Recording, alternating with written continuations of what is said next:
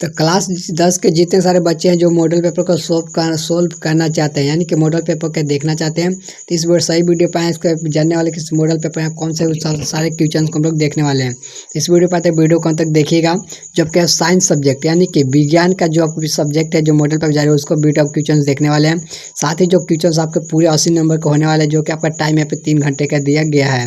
तो अगर वीडियो पसंद है वीडियो को लाइक कीजिए, चैनल पर सब्सक्राइब जरूर कीजिएगा। सबसे पहले देखिए, जो बच्चे यहाँ पे अगर 2025-26 में जो भी एग्जाम देना चाहते हैं और एग्जाम के अगर तैयारी करना चाहते हैं तो इस चैनल को सब्सक्राइब करके रख लीजिए, क्योंकि एग्जाम से यहाँ पे हर एक क्वेश्चन का अपडेट हम लोग लेकर आते रहते हैं और सभी यहाँ पे मॉडल पेपर को सॉल्व किया जाएगा। तो चलिए बिना देर के वीडियो को स्टार्ट करते हैं।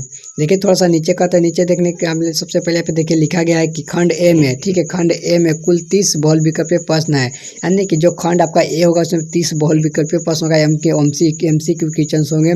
जो प्रत्येक प्रश्न के लिए 4 विकल्प दिए गए हैं, 4 ऑप्शन दिए जाएंगे, जिनमें से सही विकल्प को चयन करना है। प्रश्न पर 1 अंक निर्धारित है, यानी कि आपका 1 नंबर का सारे क्वेश्चन होने वाले हैं। सबसे पहले देखिए हम लोग पहला क्वेश्चन देख लेते हैं। सबसे पहले देखिए पहला क्वेश्चन हमसे पूछा जा रहा है कि दांत का इनमेल किससे बना होता है। यानी कि जो दांत का इनमेल यानी कि जो हम लोग दातुन कहते हैं, यानी कि जो भी हम लोग कोलगेट या जो भी लगाते हैं उसमें जो होता है कि क्या बना होता है। सबसे पहले ऑप्शन नंबर ए में देखिए यहाँ पे दिया गया कैल्शियम हाइड्राइड।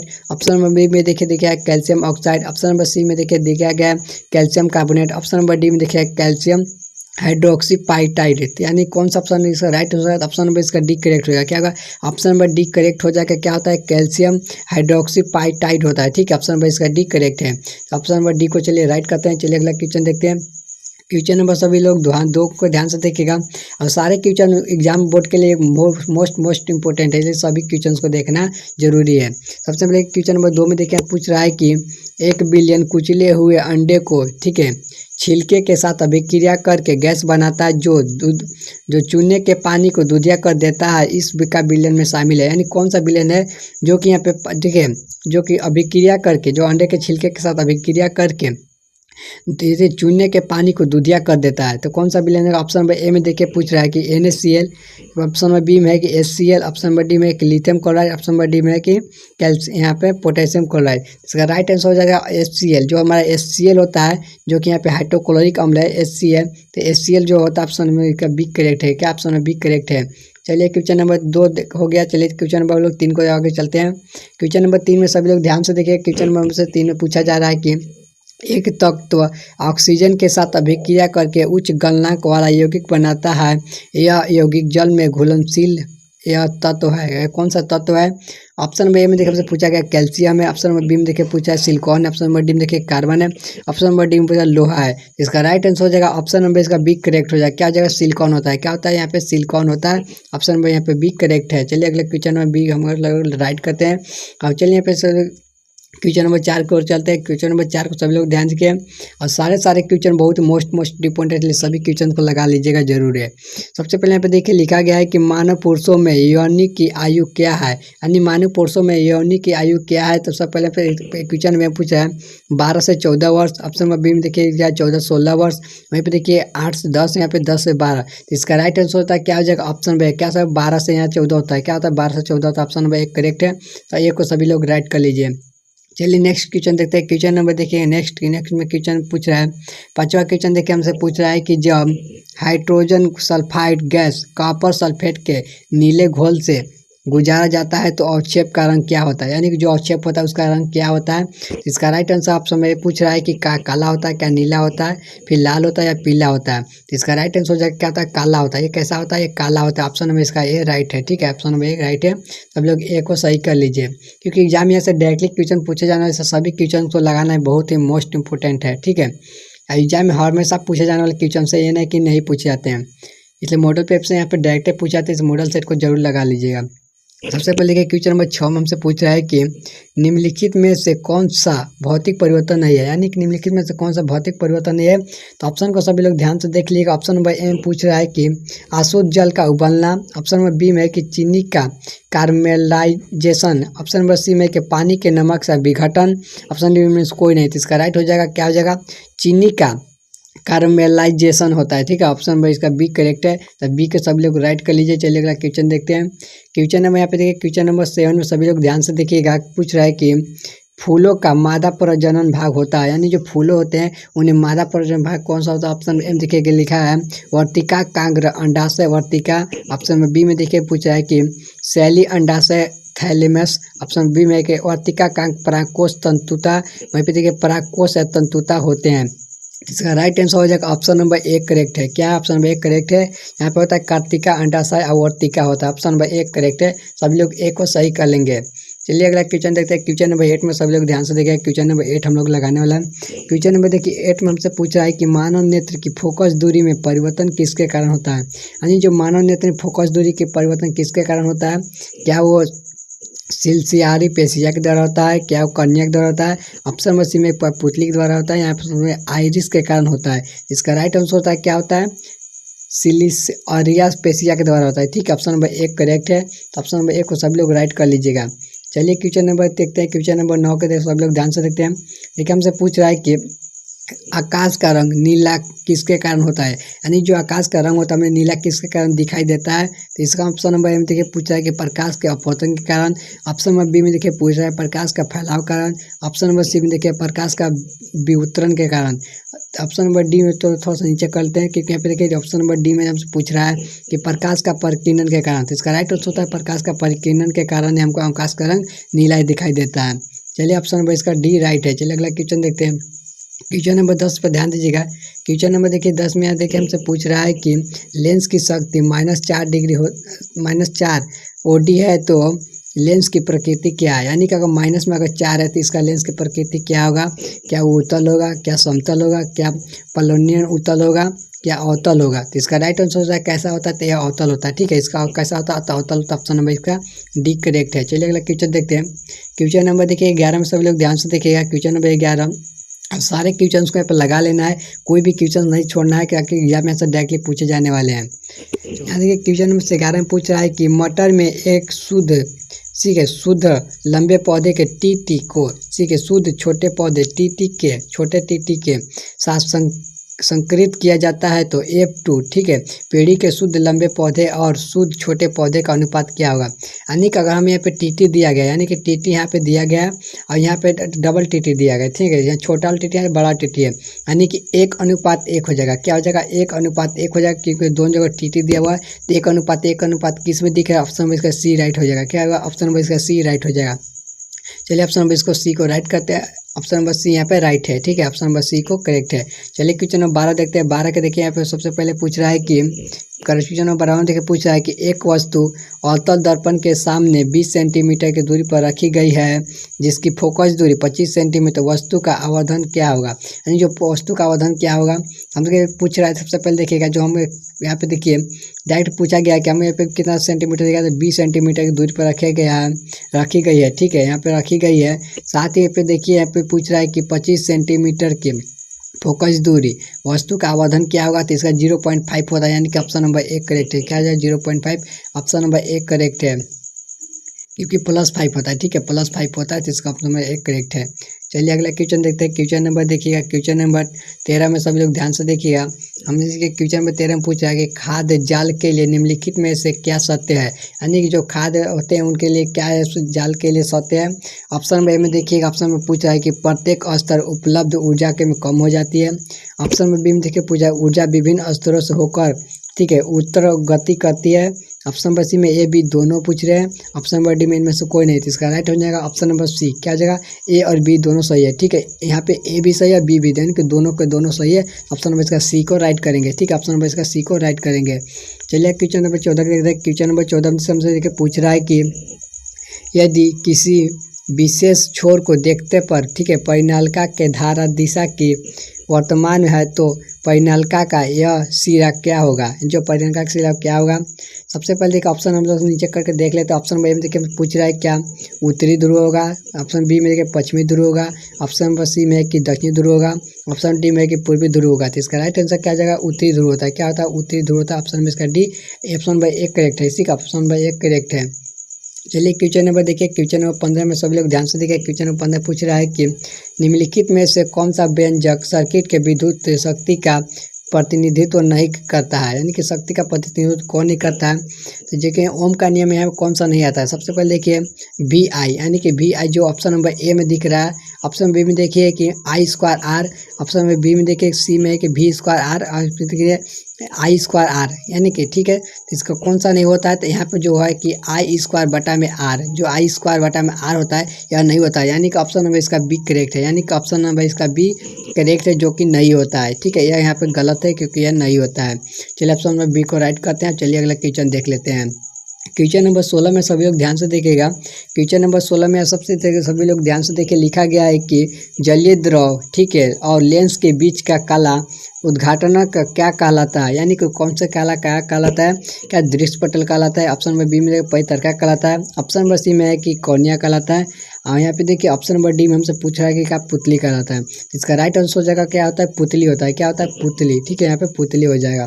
चलिए अगला क्वेश्चन देखते हैं। क्वेश्चन नंबर देखिएगा, क्वेश्चन नंबर 17 में सभी लोग ध्यान से देखिएगा। क्वेश्चन नंबर 17 में पूछ रहा है कि निम्नलिखित में से कौन सा गैस, वसा और तेल का युक्त खाद्य पदार्थों को लंबे समय तक संग्रहित करने के लिए उपयोग किया जाता है। तो कौन सा किया जाता है। ऑप्शन नंबर ए में कार्बन, ठीक है, कार्बन डाइऑक्साइड बोल रहा है। ऑप्शन बी में देखिए कि ऑक्सीजन होता है। ऑप्शन नंबर सी में देखिए थोड़ा नीचे का बोल रहा है कि नाइट्रोजन होता है। ऑप्शन नंबर डी में कि नियॉन होता है। तो इसका राइट आंसर क्या होता है, नाइट्रोजन। क्या होता है, नाइट्रोजन होता है, जो कि यहाँ पे लंबे समय तक संग्रहित करके उपयोग किया जाता है, जो कि नाइट्रोजन होता है। ऑप्शन नंबर इसका सी राइट आंसर है। चलिए अगला क्वेश्चन देखते हैं। क्वेश्चन नंबर सभी लोग 18 को ध्यान से देखिए। क्वेश्चन नंबर 18 हमसे पूछ रहा है कि 18 में देखिए एक विद्युत जनरेटर परिवर्तित करता है। जो एक विद्युत जनरेटर होता है, यानी कि अभी जो जनरेटर होता है क्या विद्युत पर करता है, तो कहता है क्या विद्युत ऊर्जा को यांत्रिक ऊर्जा में करता है, क्या यांत्रिक ऊर्जा को ऊष्मा ऊर्जा में करता है, क्या विद्युत ऊर्जा को रासायनिक ऊर्जा में करता है। ऑप्शन नंबर डी में पूछ रहा है, देखिए यहाँ पूछा है कि यांत्रिक ऊर्जा को विद्युत ऊर्जा में। तो इसका राइट आंसर है कि जो जनरेटर होता है यांत्रिक ऊर्जा को, ठीक है, यांत्रिक ऊर्जा को विद्युत ऊर्जा में परिवर्तित करता है, यानी कि जो हम लोग को यांत्रिक ऊर्जा को विद्युत ऊर्जा में जनरेटर बदल देता है, इसलिए ऑप्शन नंबर डी करेक्ट है। चलिए क्वेश्चन नंबर अगला देखते हैं। देखिए क्वेश्चन नंबर 19 में ध्यान से देखिएगा। ठीक है, सामान्य दृष्टि वाले एक युवक अयस्क को किस लिए अष्टपश दृष्टि से न्यूनतम दूरी होता है। एक जो यानी कि सामान्य मनुष्य की न्यूनतम दूरी कितनी होती है, तो होती है लाइट का ऑप्शन में देखिएगा पूछ रहा है क्या 25 सेंटीमीटर होती है, क्या 25 सेंटीमीटर होती है। देखिए पूछ रहा है फिर सी में है कि क्या 20 सेंटीमीटर या 20 मीटर होती है। तो इसका राइट आंसर है कि हमें कितना होता है, तो चलिए हम लोग बताते हैं। सबसे 25 सेंटीमीटर होता है। कितना होता है या क्या होता है, 25 सेंटीमीटर होता है, जिसमें किस में दिख रहा है 25 सेंटीमीटर। सबसे पहले देखिए किस में दिख रहा है, ऑप्शन नंबर देखिए बी में दिख रहा है। ठीक, ऑप्शन नंबर बी में देखिए 25 सेंटीमीटर लिखा है, ऊपर देखिए 25 मीटर लिखा है, इसलिए यह नहीं होगा। ठीक है, 25 सेंटीमीटर है, ऑप्शन नंबर इसका बी करेक्ट है। ठीक, ऑप्शन नंबर बी करेक्ट है। चलिए अगला क्वेश्चन देखते हैं। क्वेश्चन नंबर 20 को सभी लोग ध्यान से देखें और सारे क्वेश्चन को यहाँ पर लगा लीजिए, कोई भी क्वेश्चन को छूटना नहीं चाहिए। ठीक है, वहीं पे देखिए अगला क्वेश्चन हमसे पूछ रहा है कि मानव को आँख किसी वस्तु का प्रतिबिंब अपने बनाती है, यानी जो मानव का आँख होती है जो प्रतिबिंब कहाँ बनाती है। ऑप्शन ए में देखिए क्या रेटिना बनाती है।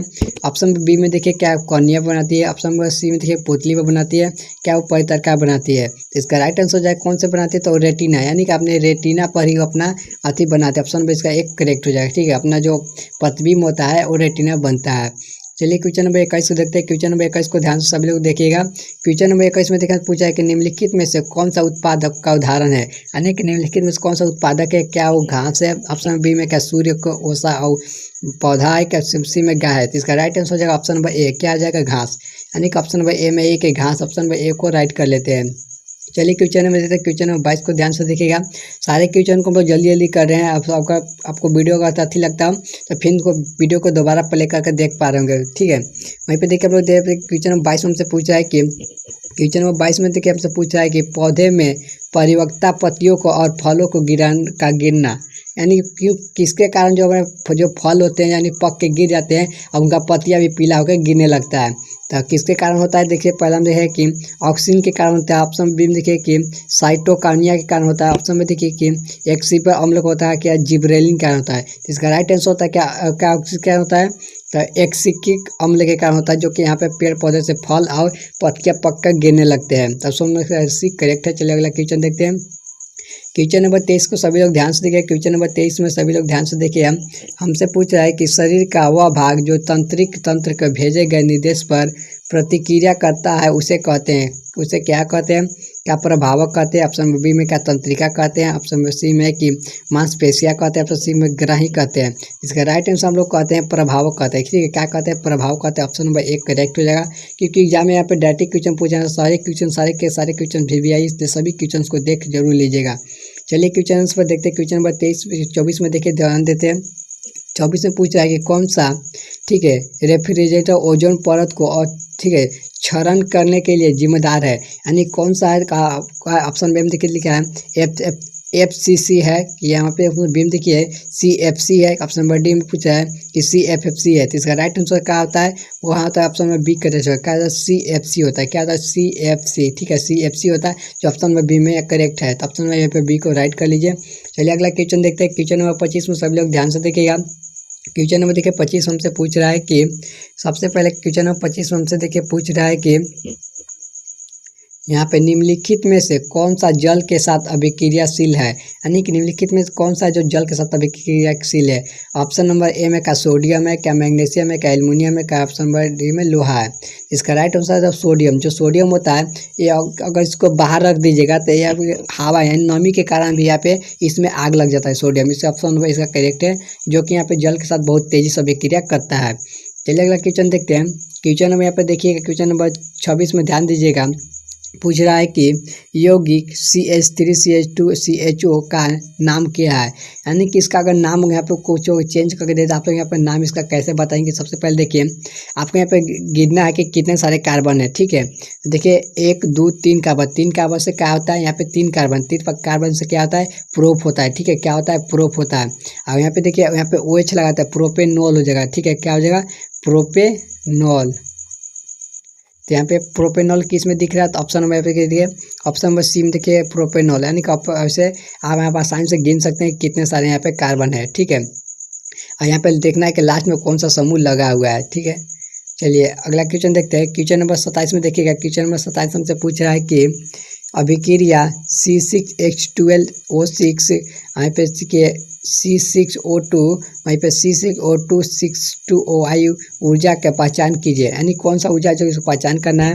क्या वो अपघटन है, क्या ऊष्माक्षेपी है, क्या ऊष्माशोषी है, क्या विस्थापन है? तो यह ऊष्माशोषी है। ठीक है, जो ऊष्मा लेती है इसको अभिक्रिया में, इसे ऊष्माशोषी अभिक्रिया है। ऑप्शन इसका सी करेक्ट हो जाएगा। चलिए अगला क्वेश्चन देखते हैं। क्वेश्चन नंबर देखिए, क्वेश्चन नंबर 28 में सब लोग ध्यान से देखिएगा। हमसे पूछ रहा है क्वेश्चन नंबर 28 में एक न्यूरॉन के भीतर सूचना कैसे प्रवाहित होती है, यानी कि एक न्यूरॉन के भीतर सूचना कैसे प्रवाहित होती है? तो ऑप्शन नंबर चलिए आंसर बताते हैं कि ऑप्शन कैसे होते हैं। ऑप्शन नंबर एम देखिए, जब यह दिया गया है option number A he right है। ठीक है, ऑप्शन नंबर ए राइट है, क्योंकि डेंड्राइट के कोशिका शरीर में, ठीक है, अंतुतुका और तंत्रिका के तहत ही होती है। तो इसी तरह हमारे जो प्रवाहित होती है सूचना हमारे शरीर में प्रवाहित हो जाती है। आपने ऑप्शन नंबर ए को करेक्ट कर लीजिए, ऑप्शन नंबर ए यहाँ पे राइट आंसर है। चलिए अगला क्वेश्चन देखते हैं। क्वेश्चन नंबर देखिएगा 29 में सब लोग ध्यान से देखिएगा। हमसे क्वेश्चन नंबर 29 में पूछ रहा है कि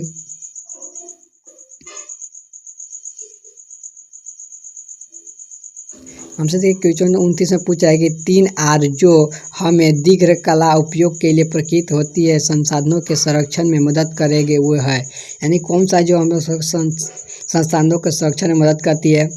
ऑप्शन नंबर एम दिखाएगा पुनः चक्र, पुनः और पुनः उपयोग। तो इसका right answer option number A he correct हो जाएगा। ठीक है, यहीं पे देखिए लिखा गया है फिर पुनः चक्र, यानी फिर से उपयोग पुनः चक्र फिर से आ सकता है, पुनः जनन या फिर से बनाया जा सकता है, और पुनः उपयोग यानी कि उसको दोबारा उपयोग किया जा सकता है। ऑप्शन नंबर इसका एक करेक्ट है। क्या ऑप्शन नंबर एक करेक्ट है? चलिए क्वेश्चन नंबर देखते हैं। क्वेश्चन नंबर 30 को देखते हैं, लास्ट क्वेश्चन से। यहाँ पे आपको इसके बाद सब्जेक्टिव क्वेश्चन आने वाले हैं। देखिए यहाँ पे रंध्र छिद्र का, ठीक है, रंध्र छिद्र का खुलाना और बंद होना निर्भर करता है, यानी किस पर निर्भर करता है? क्या ऑक्सीजन पर करता है? ऑप्शन में इसका तापमान पर करता है, क्या द्रव कोशिका जल पर करता है, क्या CO2 सांद्र पर करता है? तो इसका राइट आंसर रहेगा द्रव कोशिकाओं में जल के कारण ही जो होता है कि यहाँ पे निर्भर करता है, जो खुलना बंद करना निर्भर करता है रंध्र का छिद्र का। तो ऑप्शन नंबर इसका सी करेक्ट हो जाएगा। तो ऑप्शन नंबर सी को करेक्ट कर लीजिए। इसके बाद यहाँ पे देखिए नीचे यहाँ पे सब्जेक्टिव क्वेश्चन है, जो कि यहाँ पे सेक्शन बी में यहाँ पे दिखाया जा रहा है। तो ये सब सारे क्वेश्चन को हम लोग अभी नेक्स्ट अति में करेंगे, यानी कि इसके लिए हमने दूसरे पार्ट का वीडियो बना के यहाँ पे अपलोड करने वाले हैं। तो इस वक्त एग्जाम अगर 2026 में, देखिए 2026 में अगर जैक बोर्ड के एग्जाम देने वाले हैं तो 90% लाने के लिए इस चैनल को सब्सक्राइब जरूर करिएगा, क्योंकि हम सभी सब्जेक्टों के यहाँ पे तैयारी कराए जाने वाले हैं। अगर वीडियो पसंद है वीडियो को लाइक कीजिए, चैनल पर पहले सब्सक्राइब जरूर कीजिएगा, क्योंकि सब्सक्राइब करके रखते हैं तो आपका वीडियो का सबसे पहले आपको तक नोटिफिकेशन पहुंच जाती है। तब तक मिलते हैं नेक्स्ट वीडियो के साथ।